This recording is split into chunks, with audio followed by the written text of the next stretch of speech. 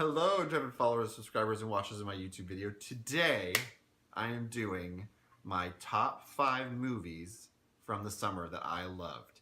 So let's just go into it, shall we? We're gonna start with number 5 on my list. It was the Pirates of the Caribbean movie.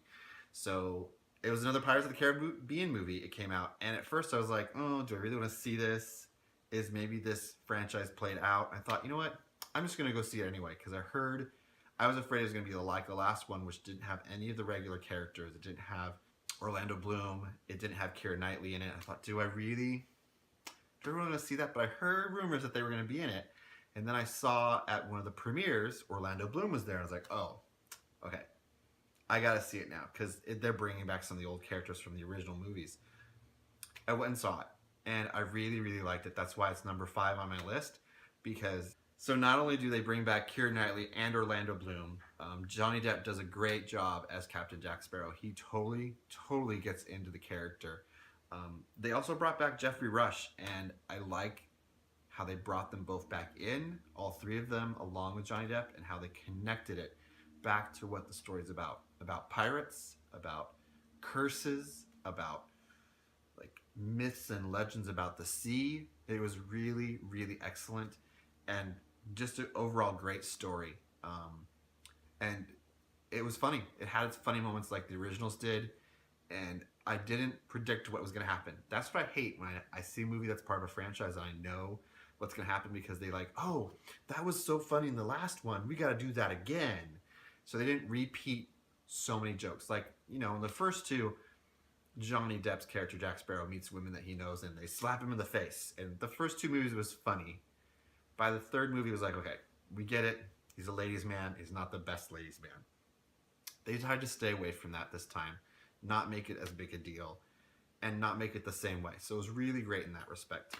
Number 4 on my list of movies from the summer is Valerian. Man, I mean, Luc Besson, the director, amazing. If you haven't seen The Fifth Element, if you haven't seen The Professional, this is just his like love story to us about a wonderful comic book from France that was 20 years old, and how he's just saying, hey, look at all these things that have come out in the last 2 decades, if not more, and how this one graphic novel, this one comic book, just it influenced so many things. You see things that you could remind you of like Star Wars, Fifth Element, even stuff from Terminator, I have to be honest, and stuff from like Aliens. Like you can see where some of this stuff, like it sort of was just this jumping on point that helped people want to do sci-fi in a way that was different than maybe 2001 or 2010, or the stuff from like the 50s. Just extravagant scenes. I mean, it's not going to be the same seeing it on a small home theater screen. You have to see this on a big movie screen because just it's so expansive and beautiful, and they were able to incorporate CG elements in a way that wasn't like, oh, that's CG. It was like, whoa, that's CG. The characters are really great. The hero isn't your typical American idea of what a hero is. It's a guy who's very skinny. The main character is played by Dane DeHaan. Very skinny, very like not like this impressive big guy like Bruce Willis or Arnold Schwarzenegger or even like Matt Damon.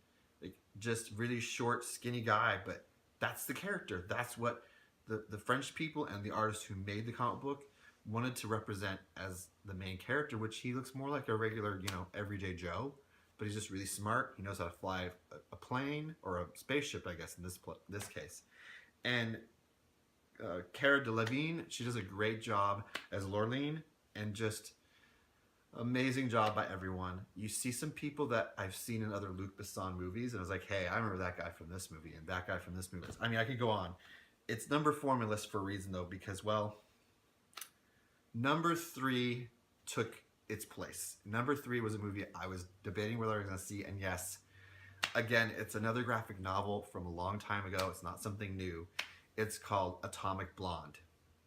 Atomic Blonde stars Charlize Theron as a spy during the 1990s. So the very beginning of the movie, they have writing that comes up and tells you it's during the fall of the Berlin Wall, and this is not about that.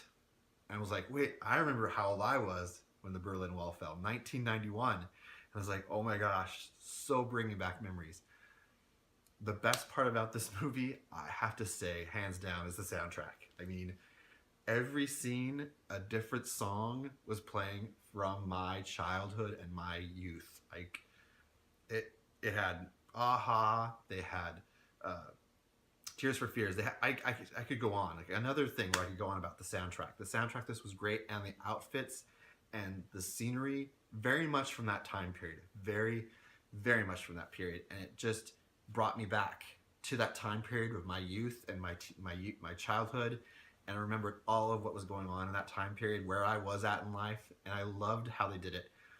Now, this movie is very graphically violent, so it's definitely not for kids. It's definitely not a kids movie. I think it is actually rated R. There is one sex scene, and I'm not gonna like downplay and say, oh, you know, it's okay. I mean, it's a sex scene. It's a sex scene. It's a rated R movie. They have sex scenes in them, but it connects to the plot. It's important, and just man, should see it because the ending is not what you're expecting. No, just flat out not expecting what happens, and it was really worth it and great to see. So that was number 3. Number 2, man, choosing number 1 and number 2 was super hard because they're both really good movies, and I had to really like think about this for a while. So number 2 on my list is Guardians of the Galaxy Volume 2. That's right, number 2. I love the first one so much. One of my favorite movies of all time is Guardians of the Galaxy because it blends stuff from, again, music that I knew growing up, a storyline that wasn't just about action. It had a plot, it had a reason for going on. James Gunn, amazing director.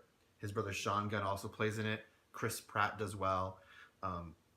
The whole cast is amazing, and they brought them all back. And this time it was more about the character development.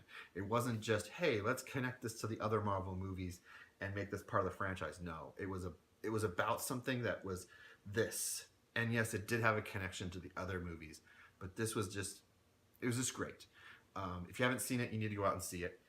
It's rated PG-13, so if you have younger kids under 13, be careful. It does have some death and destruction that might scare them.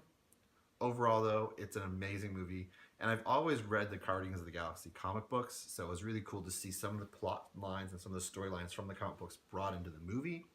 Great job on that. All right, so before I get to number 1, I have an honorable mention, and that is Spider-Man: Homecoming. I haven't really been a really big fan of Spider-Man in the comic books or the movies. I thought they were really entertaining and interesting, and the storylines were great.